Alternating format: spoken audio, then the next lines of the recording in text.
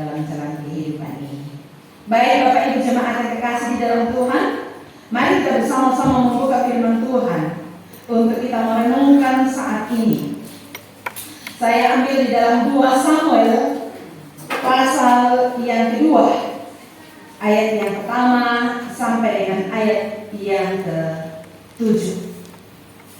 2 Samuel pasal yang kedua, ayat yang pertama sampai dengan ayat yang ke-7, dan saya akan membacakan firman Tuhan ini bagi kita bersama-sama. 2 Samuel pasal yang kedua, ayat 1 demikian bunyinya. Kemudian bertanyalah Daud kepada Tuhan, katanya, apakah aku harus pergi ke salah satu kota di Yehuda? Firman Tuhan kepadanya, pergilah. Lalu kata Daud, kemana aku pergi? Firman-Nya, ke Hebron. Lalu pergilah Daud ke sana dengan kedua istrinya, Ahinoam, perempuan Israel, dan Abigail, bekas istri Nabal, orang Karmel itu. Juga Daud membawa serta orang-orang yang mengiringnya masing-masing dengan rumah tangganya, dan menetaplah mereka di kota-kota Hebron. Kemudian datanglah orang-orang Yehuda lalu mengurapi Daud di sana menjadi raja atas kaum Yehuda. Ketika kepada Daud diberitahukan bahwa orang-orang Yabes Gilead menguburkan Saul, maka Daud mengirim orang kepada orang-orang Yabes Gilead dengan pesan, diberkatilah kamu oleh Tuhan, karena kamu telah menunjukkan kasihmu kepada Tuanmu Saul dan menguburkannya. Oleh sebab itu, Tuhan kiranya menunjukkan kasih dan setianya kepadamu. Aku pun akan berbuat kebaikan yang sama kepadamu, karena kamu telah melakukan hal yang demikian. Kuatkanlah hatimu sekarang dan jadilah orang-orang yang gagah perkasa, sekalipun tuanmu Saul sudah mati, dan aku telah diurapi oleh kaum Yehuda menjadi raja atas mereka. Demikian bagian firman Tuhan untuk menjadi perenungan bagi kita saat ini. 2 minggu yang lalu kita sudah belajar firman Tuhan. Dan kalau saya seperti yang saya katakan kepada jemaat dalam ibadah yang pertama, kalau saya mau bertanya kepada jemaat Tuhan seperti biasa kepada anak-anak sekolah minggu untuk mengingatkan tentang firman Tuhan yang didengar, yang mereka sudah pelajari, saya juga mau bertanya kepada kita, apa tema kita minggu yang lalu, 2 minggu yang lalu?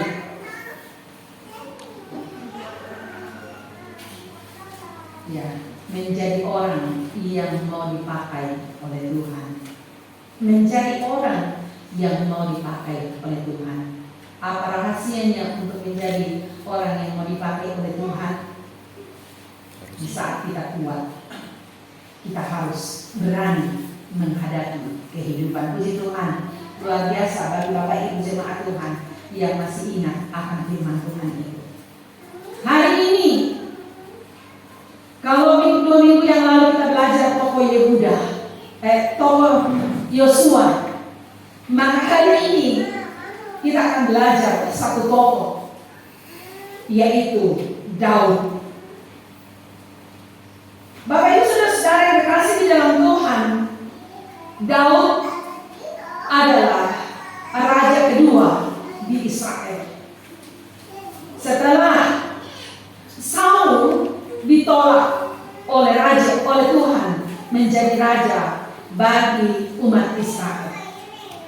Menjadi pertanyaan bagi kita bersama-sama, seperti yang kita baca, yang kita ketahui melalui firman Tuhan, di kalangan umat Tuhan yang memerintah atau menjadi raja, menjadi pemimpin di antara mereka, sebelum mereka meninggal, mereka tidak memilih siapa yang akan menjadi pemimpin mereka. Tapi setelah pemimpin itu meninggal, dalam kurun waktu mereka memerintah, pemimpin itu belum diganti atau tidak diganti. Namun, kalau kita melihat dalam kebenaran firman Tuhan, khususnya kalau kita melihat di dalam pertama Samuel, dikatakan bahwa sebelum Saul meninggal, ia sudah digantikan oleh Daud. Mengapa? Karena dia melakukan apa yang tidak dikenal oleh Tuhan. Apa yang seharusnya dilakukan oleh orang lain, khususnya para imam yang memimpin dalam rumah-rumah ibadat, itu dilakukan oleh Saul. Yang seharusnya tugasnya hanya memimpin umat Israel. Itu sebabnya dia ditolak oleh Tuhan. Dan Allah menunjuk Daud, yang walaupun pada waktu itu dikatakan begitu banyak orang yang bisa berhak menurut keperawakan, menurut keberadaannya, bisa dipakai oleh Tuhan untuk memimpin umat Israel. Itu sebabnya Tuhan Samuel memperlihatkan orang-orang yang akan memimpin, yang akan menggantikan Saul. Tuhan katakan kepada Samuel, jangan lihat kepada keperawakannya atau tampannya, kepintarannya dan lain sebagainya, tapi yang dilihat adalah hatinya. Itu sebabnya Tuhan berkenan kepada Daud. Karena Tuhan melihat hati daripada Daud, itu sebabnya Daud dipilih oleh Tuhan menjadi raja di antara umat Israel. Bapak Ibu saudara-saudara yang terkasih di dalam Tuhan, dalam keadaan itu Tuhan punya maksud, Tuhan punya rencana dalam kehidupan Daud. Itu sebabnya Rick Warren dalam satu tulisan statement dia katakan begini, tragedi terbesar bukanlah kematian, tetapi kehidupan tanpa tujuan. Sekali lagi, Rick Warren katakan, tragedi terbesar bukanlah kematian. Kalau kita melihat ada sesuatu tragedi atau bencana yang dialami, itu kita katakan itu adalah sesuatu hal yang sangat mengerikan. Tapi Tuhan katakan begini, bukanlah tragedi terbesar karena kematian, tetapi kehidupan tanpa tujuan. Kalau kita hidup tanpa tujuan di dalam kehidupan ini, itu adalah sebuah tragedi yang mengerikan. Itu sebabnya Tuhan punya tujuan bagi Daud. Walaupun dia kecil, walaupun dia hanyalah sebagai seorang gembala domba ternak, tetapi Tuhan punya tujuan bagi kehidupannya untuk memimpin bangsa Israel. Dan Tuhan mau dialah yang akan memimpin umatnya. Dialah yang dikenal oleh Tuhan untuk memimpin umat Israel. Apa yang dilihat oleh Tuhan dalam kehidupan Daud sehingga dia dikenal oleh Tuhan, dia layak dipakai oleh Tuhan.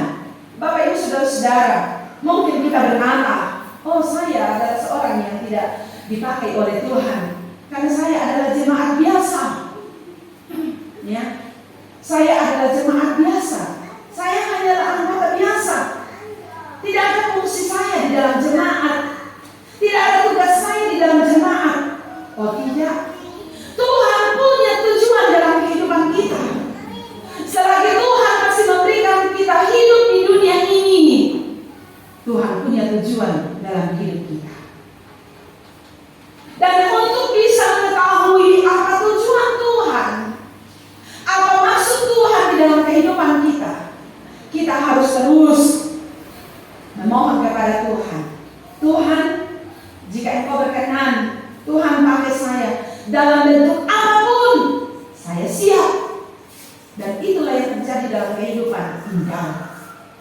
Bapak Ibu jemaat yang dikasihi di dalam Tuhan, apa yang menjadi rahasia?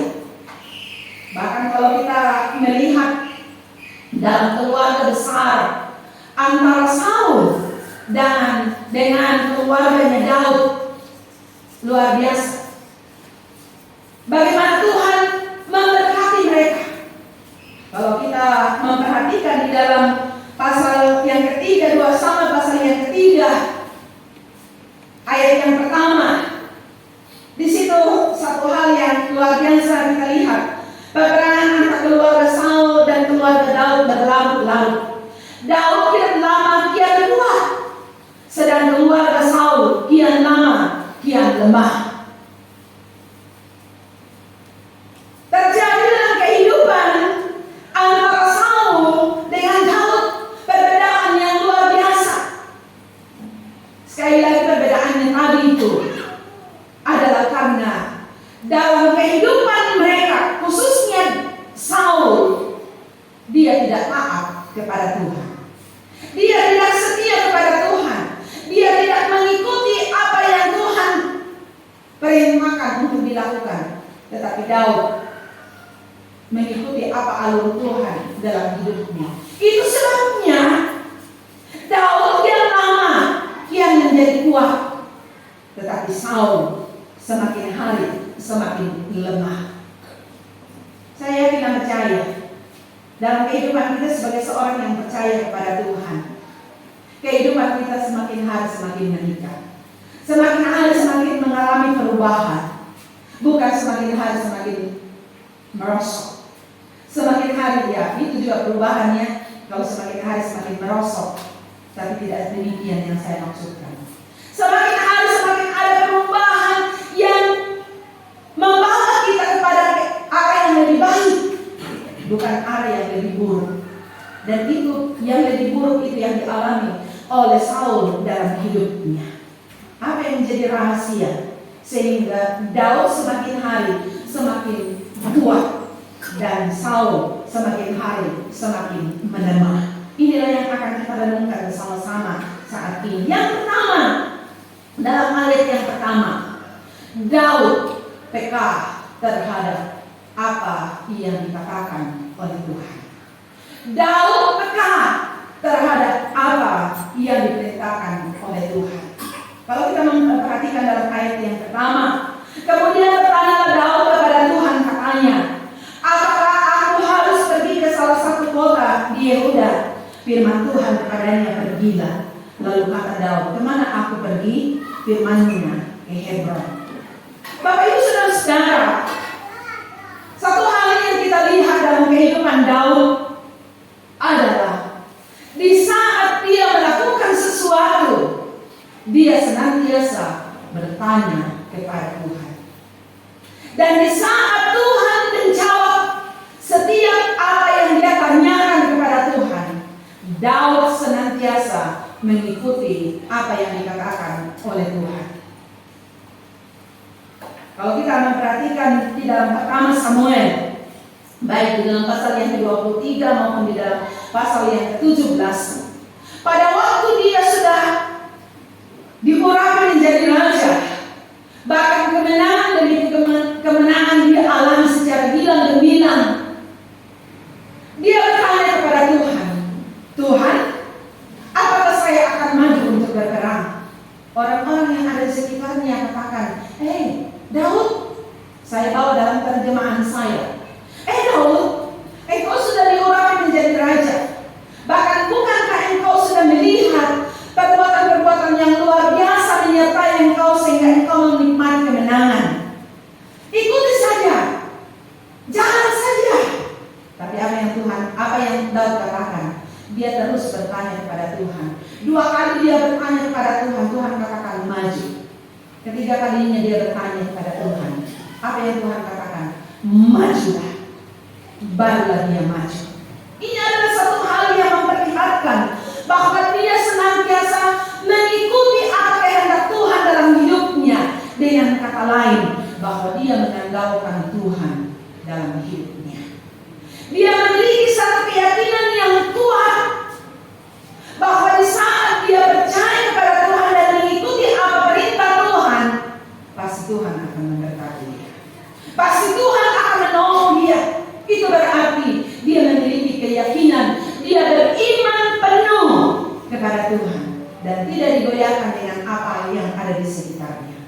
Bagaimana dengan kehidupan kita sebagai seorang yang percaya kepada Tuhan? Seringkali kita hanya mengikuti kata hati kita, seperti Saul. Karena dia lihat itu bisa dia lakukan, itu adalah hal yang biasa, sehingga dia berani melakukan apa yang seharusnya tidak dilakukan sebagai seorang raja. Karena apa? Sekali lagi dia mengikuti apa kata hatinya, bukan mengikuti apa kata Tuhan, sehingga membuat dia gagal menjadi raja yang seharusnya masih banyak masih lama bisa dia memerintah, tapi karena dia tidak taat kepada kehendak Tuhan, maka Tuhan menolak dia. Kita mau dipakai oleh Tuhan, tidak ada kekuatan pada diri kita, tidak ada kemampuan sedikit pun pada diri kita, tapi yang kita andalkan di dalam hidup ini adalah Tuhan. Berulang kali saya katakan, yang kita andalkan adalah Tuhan. Karena apa? Karena Tuhan adalah penguasa segalanya. Dia adalah pencipta alam semesta. Maka kalau Tuhan yang punya segalanya, dia adalah penguasa tunggal dalam hidup kita, maka di saat kita taat kepada dia, pasti Tuhan akan memberkati kita. Itu sebabnya kita Yeremia pasal 17 ayat yang ke-7 dikatakan, diberkatilah orang-orang yang mengandalkan Tuhan, tetapi terkutuklah orang yang mengandalkan kekuatannya sendiri. Karena itu menjalani kehidupan ini, di saat Tuhan punya tujuan dalam kehidupan kita, selagi Tuhan masih memberikan kehidupan bagi kita untuk hidup di dunia ini, Tuhan punya tujuan dan Tuhan mau pakai kita di dalam hidup kita. Mungkin seperti yang saya katakan tadi, tidak sesuai dengan orang lain, punya tugas, punya fungsi dalam jemaat. Kita hanya biasa, tapi Tuhan punya tujuan. Tujuan Tuhan adalah bagaimana kita hidup menyenangkan Dia. Kalau kita mau menyenangkan Dia, mari kita mengandalkan Dia dan peka terhadap apa yang Tuhan katakan. Yang kedua, bagaimana Daud bisa dipakai oleh Tuhan secara luar biasa. Semakin hari semakin kuat, tidak seperti dengan Saul, semakin hari semakin lemah. Adalah yang kedua, dalam ayat yang pertama bagian yang terakhir. Lalu kata Daud, kemana aku pergi? Firman-Nya ke Hebron. Bapak Ibu saudara dikasih dalam Tuhan, kalau kita mau menarik sesuatu dari kata Tuhan menunjuk tempat di mana Daud akan pergi adalah ke Hebron. Itu adalah sebuah tempat yang di mana Abraham setelah dia berpisah dengan Lot, saudaranya itu, sepupunya itu, maka dikatakan bahwa Abraham memilih satu tempat. Kalau kita melihat cerita singkat daripada kehidupan Lot dan Abraham, mereka adalah satu keluarga yang luar biasa diberkati oleh Tuhan, sehingga kawanan ternak mereka semakin hari semakin bertambah banyak, dan disitulah letak perpecahan di dalam kehidupan mereka. Tapi apa yang terjadi? Dikatakan bahwa saat itu Abraham melihat keadaan para pekerjanya, orang-orang yang bekerja bersama-sama antara Abraham dengan Lot, dan saat itu Abraham melihat lebih baik kita berpisah, menentukan tempat masing-masing daripada orang-orang yang bekerja bersama dengan kita ini berkelahi, lebih baik kita berpisah. Dan saat itu Abraham menyuruh Lot untuk memilih tempat. Tempat yang dipilih oleh Lot adalah tempat yang subur, tempat di mana banyak aliran air dan lain-lain sebagainya. Singkat cerita, setelah Lot meminta tempat itu, Abraham katakan silakan, dan Abraham memilih tempat yang tidak diinginkan oleh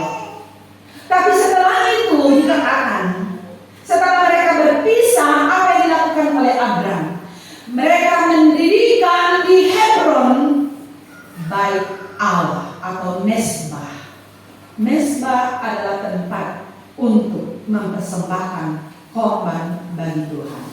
Dan Daud disuruh oleh Tuhan untuk pergi ke Hebron.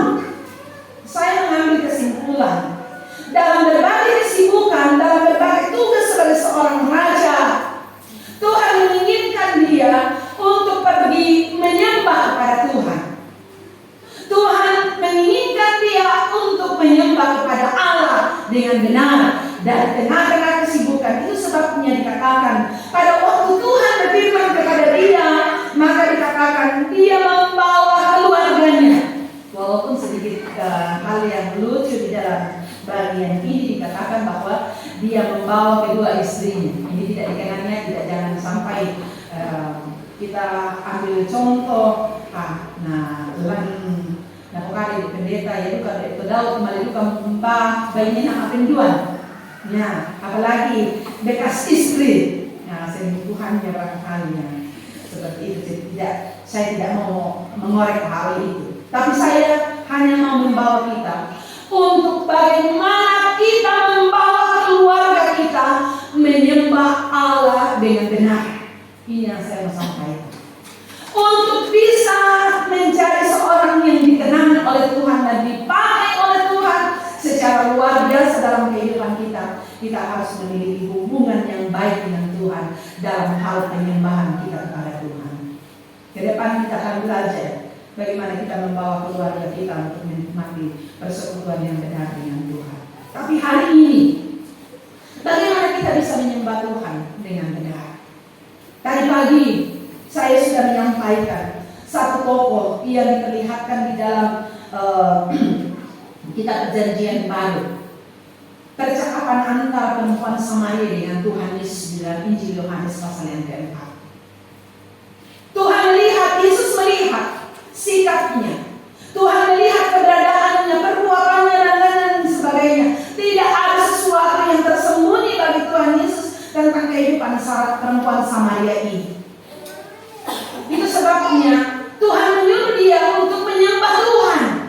Dan dia katakan, oh kami hanya harus pergi kepada di Yerusalem. Di sanalah pusat penyembahan kepada Tuhan. Tapi Yesus katakan, engkau harus menyembah Tuhan dalam roh dan kebenaran. Apa yang bisa kita lihat dari sini, Bapak Ibu Saudara-saudara? Untuk dapat menjadi penyembah yang benar di dalam kehidupan kita, itu dimulai dari hati nurani yang dibaharui. Itu dimulai dari hati nurani yang dibaharui. Dan yang membaharui kehidupan kita adalah Roh Kudus. Minggu yang lalu kita sudah memperingati tentang hari keturunan Roh Kudus. Roh Kudus sudah mendiami diri kita. Namun yang menjadi masalah di dalam kehidupan ini adalah seringkali kita tidak memberikan kesempatan kepada Roh Kudus untuk menuntun hidup kita melakukan apa yang baik. Sehingga di saat kita menyembah kepada Tuhan hanya sekedar. Di saat kita menyembah kepada Tuhan hanya sekedar. Yang penting saya pergi ke gereja. Yang penting saya berdoa. Yang penting saya baca firman Tuhan. Karena apa? Hati kita belum benar. Bapak Ibu Saudara-saudara yang kasih Tuhan.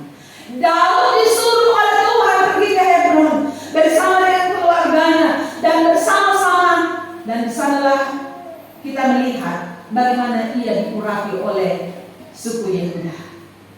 Luar biasa. Daud sudah diurapi oleh Samuel sebagai imam pada waktu itu. Tapi pada waktu dia ke situ, ke Hebron, ke suku Yehuda, dia diberkati oleh suku Yehuda. Luar biasa. Ini adalah sebuah perbuatan yang luar biasa yang dinikmati dalam kehidupannya. Bagaimana dengan kehidupan kita?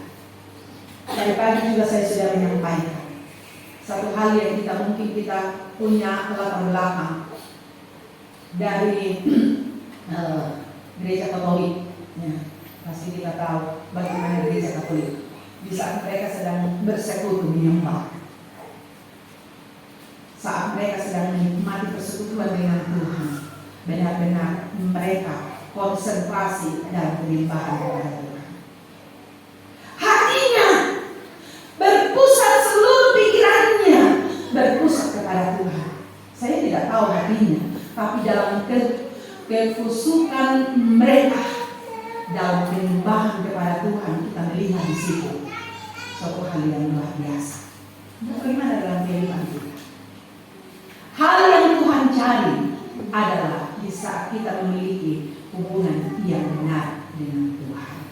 Dan karena itu Bapak Ibu Saudara, masih ada beberapa hal yang kita lihat dari pembacaan ini. Ke depan kita akan merenungkan. Tapi satu hal yang saya mau sampaikan bagi kita, untuk bisa dipakai oleh Tuhan mencapai tujuan Tuhan dalam kehidupan kita, kita harus mengandalkan Tuhan dalam hidup kita dengan peka terhadap setiap apa yang Tuhan katakan. Jangan mengikuti kata hati kita, karena kata hati kita sering membawa kita kepada hal-hal yang buruk. Lihat Saul. Yang kedua, kita harus memiliki hubungan yang baik dengan Tuhan. Dalam kita menyembah, dalam kita mempersembahkan hidup kita, dalam kita melayani akan Tuhan, harus benar. Biarlah kiranya dalam kehidupan kita sebagai seorang yang percaya kepada Tuhan, dan Tuhan mau pakai dalam sebuah kepercayaan apapun bentuknya, mari kita ikuti apa yang dilakukan oleh Daud. Sekali lagi saya tidak menyarankan untuk mengikuti poligami, tapi saya tidak menyampaikan hal itu. Yang saya sampaikan, ikuti apa yang dikehendaki oleh Tuhan, maka kehidupan kita akan dikenang oleh Tuhan, diberkati oleh Tuhan. Daud semakin hari semakin kuat, dia dipakai secara luar biasa, tetapi Saul semakin hari semakin lemah karena dia tidak taat kepada Allah. Amin.